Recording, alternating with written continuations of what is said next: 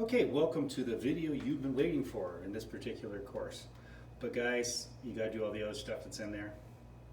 Right? Now it's beyond this course. I'm not teaching any kind of an introduction to Kosho.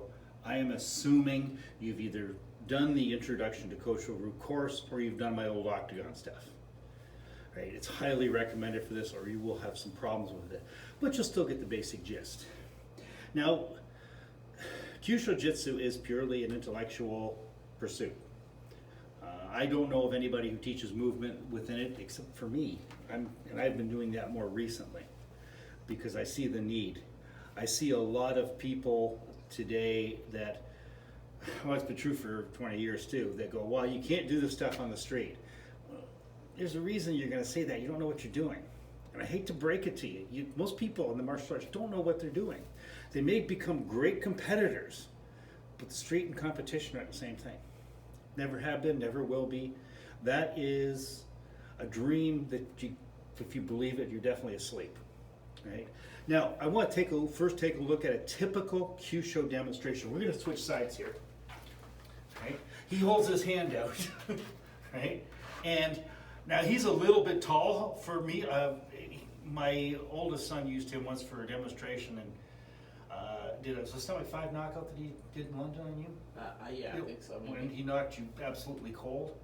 But what will happen, I'm going to bring his hand down here as an example. I can come in and I can drop onto large intestine 10, whack down at the bottom here because I got spleen 6 here. So I've got water, fire, metal because when I move I have water. Going into metal, if I tap spleen 6 of course is earth, but it's triple yin. So I'm also getting water and wood there as well. And then from here, all you gotta do is come up and hit stomach 5. And I'm gonna have a half decent knockout. If I wanna make it a little bit better, if I'm a little bit worried about the guy, I come over to the other side and hit stomach 5. It looks good in a demonstration. But that's it, it's a demonstration. It cannot go beyond that. Because what's gonna happen, now we'll switch sides again so they can get a better view here again. Right? As he's punched, if I come in here and I drop hard on large intestine 10, I am accelerating this hand right into the side of my face. And I had one guy say to me once, well, you just got to be faster. You can't defy the laws of physics. You don't have time to do anything else. Right? You were taught what's called a one-step sparring. It has a purpose. It's a technique with a purpose to teach beginners. The only problem is in many of the martial arts, and I'll say Taekwondo as an example because I have a 5th degree black belt in Taekwondo, so I'm entitled to bash it for what's being taught today. They're teaching this crap to 1st and 2nd degrees. Doesn't work. It's great for white belts, yellow belts. Great for these guys. It has to evolve. If it doesn't evolve, well, actually, Taekwondo today, what is taught today, has a life expectancy of shelf life of about 5 years if you got a really good teacher. And then he runs out of stuff to tell you. Now, when it comes to Kosho, and the fact that you're worrying about movement, go slow so they can see. He punches, I evade. He punches, I evade. Right? Now, that's the first time I've ever used the word evade. I actually should use the word escape is a little bit better, but yeah. I did history of Ryu when they talked about evasion in it, right? But that's the reality of what things go. And if you're practicing Kosho, you don't do it slow motion, you do all that full speed. Now, went into cloaking. There's this idea that I have this dream. I'm going to stand here and he wants to beat me up and I'm going to do my kung fu stance and I'm going to strike. What do I want to strike here? Look aggressive. Okay. He's aggressive. I'm going to reach out and I'm going to touch someone. And it's going to be stomach 5. So when I go to throw this, he just simply moves. I miss. This comes, doesn't miss, because I'm taking on mass while I'm doing that. Can't be done. Right? Well, it works in boxing. Boxing's a sport. Well, a lot of people consider Mike Tyson to be the toughest boxer in the world throughout history. I'll take him, well, I won't go back to Canada, but let's drop him off on Mack Avenue and pick a fight for him. He'll be dead in 30 seconds, right, in his prime. because those are real tough people down there. Right? I was on Mack Avenue once when I was in my 20s, and I was really sorry I was there.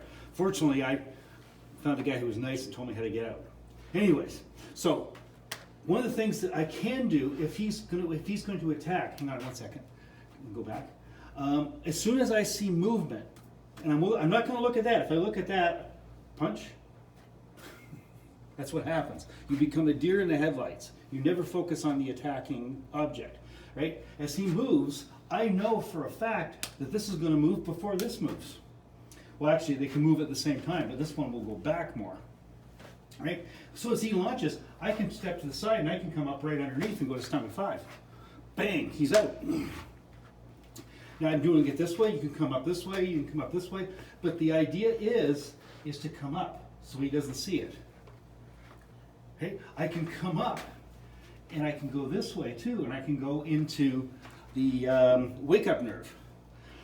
You've probably seen in movies over the years where, especially cop movies, the cop will come back and you'll chop the guy at the back of the neck. Well, that's the wake-up nerve. It'll knock you cold if they do that. That actually works, right? As long as you hit it. I can do that because he can't see what's happening here. And what am I doing? When he goes to punch, his desire is to hit me center. We talked about centering. So here's my center. I've now forced him to the outside of the center. I move my center, I can come up and I can hit. But those are one-hit things. Right? It's just an example. So again, he punches. What if I evade and I'm here? Now I'm going to drop your arm because I'm way too pretty to be covered up. Right? Now, you've studied with me for a while. You know you got alarm points. Right there. I got conception 12 right there. He's not going to see that. I got conception 14 there. I got conception 17 there. I've got those alarm points there. And then if I tap, we'll hit 12. If I tap 12, as he turns to punch me again, and I come this way, no, I've hit stomach 5. He's out because I just hit the alarm point for stomach. And I don't have to hit it hard. You watch as he does this way, as he does this, go, move. He's going to walk and turn right into that palm. Knock him cold. I remember the first time that happened to me. My first taste of Kosho was with a gentleman that I have the ultimate respect for, Soke Raymond Hayes. You remember Ray? Mm-hmm. And we were, my first introduction to octagon movement, and Soke had me working with one of my black belts. And I basically did that, and I hadn't touched Kyusho yet either, not Kevin Cole. When he went to move the second time, because my hand went out this way, he turned right into it, knocked himself silly. Right? And he went down. And this is Kevin's your size, right? Big guy. There was nothing, I didn't do anything. It was just put there. And he hit it and he was gone. Right? So another example, we'll switch sides again for this one, just so they can get a little bit better view. As I'm coming in here again, you know that on the right side of the body are the associated alarm points. And here's the scapula. Well, right there is bladder 15, bladder 14, bladder 13. I can come up this way. I can do both. Boom, I can hit conception 14 and bladder 13, 14, and 15, one shot. Now I got 2 heart alarm points. Wham! And you know, in like American Kempo, they've got that super fast movement that way. Right?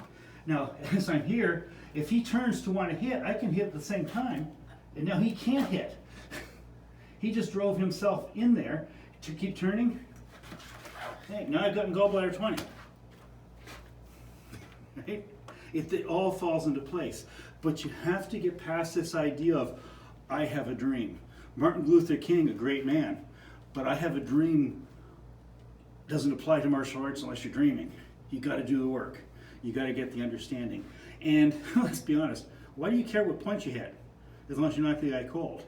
When you're showing things off, it matters, right? I loved doing Kyusho demonstrations. I did them for years. You couldn't pay me enough to do a knockout today. Right? I don't have a price. I want to, if you're one of my Kyusho students, I want to see you do a knockout. You don't need to see me do them. I've done enough of them. Right? I've beaten up on this poor guy for enough years. I don't hit him anymore.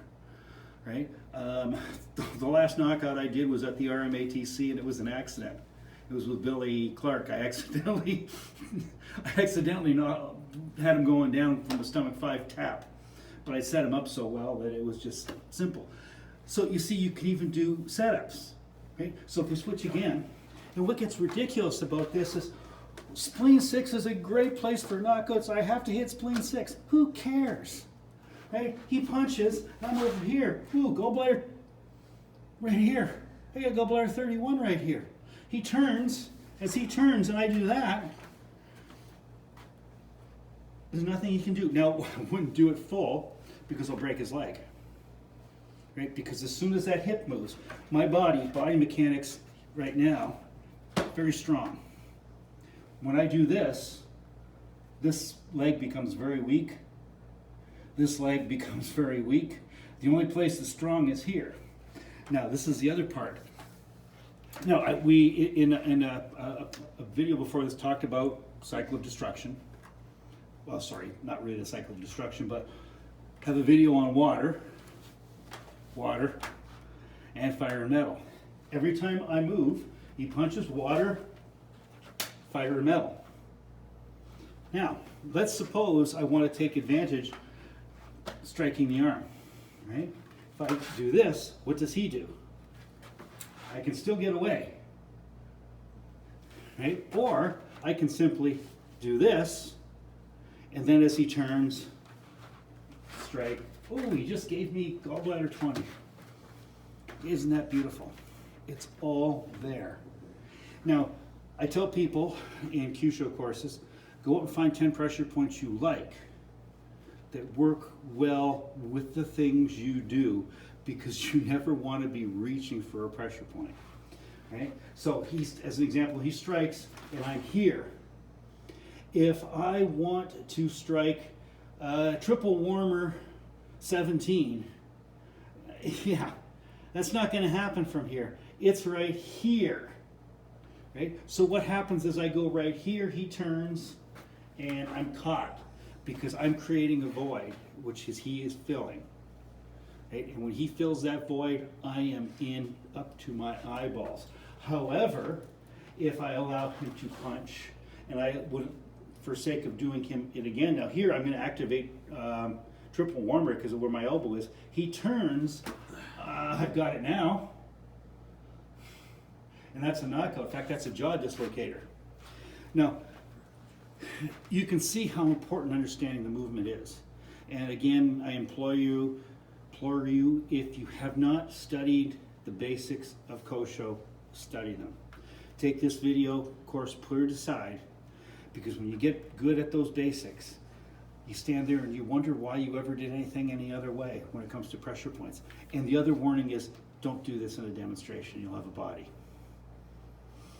Right? When I trained Kosho, my first teacher, Shidoshi Bucken, had a rule that the first punch was full power, the second punch was half power. Now Hanshi Jutnik's different. He's full power for everything. But I'm okay with that now because I've been doing it a long time. Because you can do a lot of physical damage to the person when they move violently like that. You've got to start to get a feel to how vulnerable the human body actually is. And it's unbelievably vulnerable. Right? Example, he punches through and I go this way. If I just put my hand here as he turns slow, I'll break his neck. Right? He's dead. I'll break his neck. Because it will be such a hard turn, it'll sever the spinal column right there and it's done. Okay? And if you, well, let's suppose you had to do that. Right? One time here, he punches again and again. Here, he's giving me the back of the neck. I got bladder 10 right here if I want to kill him. Right there. Where's bladder 10? It's in the base of the skull and that little spot there. And right there, if you get it right in, the spinal column is exposed. And what will happen is you will drive the skull this way against the spine and you'll sever the spinal column. Bye-bye. Right? And this is the stuff that all the dim-mock masters of 500, 600 years ago, they all knew this. But all this information got bled out. So make sure you're working that information. Now, the last part I want to get into here in this is you're not going to notice where I'm striking because right now you're focused on pressure points. Right? So as an example, he comes this way, and I tap triple warmer here. Where would I strike? Would I be okay to strike here? No. This is yang to me right now. Upper arm is yin to me. I want to hit the yin part of the arm because it's the part with the least energy in it. So as I go to there, so I am on what's referred to as the ear side of the body. Right? So we got an arm here. That means the ear. I'm on the ear side of the body. If I'm on the other side, I'm on the nose side of the body because the arm is retracted. Where is he the weakest? This side of the body. If I level him at spleen 21 right now, is he weak there or strong? So, because spleen 21 is a great shot. However, if I let him punch, and as he's punching through, I come into spleen 21, a little bit harder than I planned on. That's the inside of the body as he's moving, therefore it's more vulnerable. So everything that I'm looking for targeting, even if I'm coming in this way, right? I'm on the nose side of the body now. This is strong. As he goes to punch a second time, I can sweep this down, tie him up, and now I'm going to go to the opposite side where he is defenseless. Mentioned in the centering video, and I'm not showing centering in this because you'll get it. I know you'll get it, and you can always ask me questions if you don't get it. I've never had a problem with somebody going, by the way, you missed this, and then I'll go do another video and add to the course if I actually missed something. That's how the black belt courses grew to be so big. They were originally like about 1.5 gig, and now they're 6 gig, right? Because of stuff I've added over time. But I'm always remaining behind my center. Knockouts occur when the centers line up, or that person's hurt. If he's hurt, out of shape, out of breath, any of those things, knockouts become easy. If he's standing there watching me do it, he can resist that. Because the brain is braced for it. Now, you're going to throw a slow left hook towards my jaw. Years ago, when I was boxing, I was in with a guy with a ring I had no business in the ring with. And I was tired, and I'm like this, and I looked at the clock, and he threw that, and I was gone. Right? The centers are all lined up perfectly. I was exhausted, the centers were lined up. Had he thrown that punch and I had stepped this way and he caught me here, wouldn't have knocked me out. The centers weren't lined up. And that's what you're doing when you're moving in with Kosho, is as he strikes my center. Where's he going to strike again? My center. So as he turns, I can interfere with that. Okay? There is so much you can do with this. It's unbelievable. And I've been studying heavily now with Bruce Jetnick's information for almost a year. Hard to believe is the person holding the cameras looking at me going, yeah, it is Buddy here, isn't it? Right? It's incredible stuff. But this is what my root art was based on. That's why I founded an art was based on this. And it was not that long ago when I'm listening to people and looking at their knockouts, and their knockouts are terrible. But I've never had problems knocking out people. And it has to do with the body mechanics I know from Kosho. Because even if I'm doing a demonstration knockout and we're standing there, I'm still going to line up the centers, I'm still going to have triangulation, I'm still going to have all that stuff. That's it for this video. Guys, thanks for watching, and we'll see you very soon. Bye for now.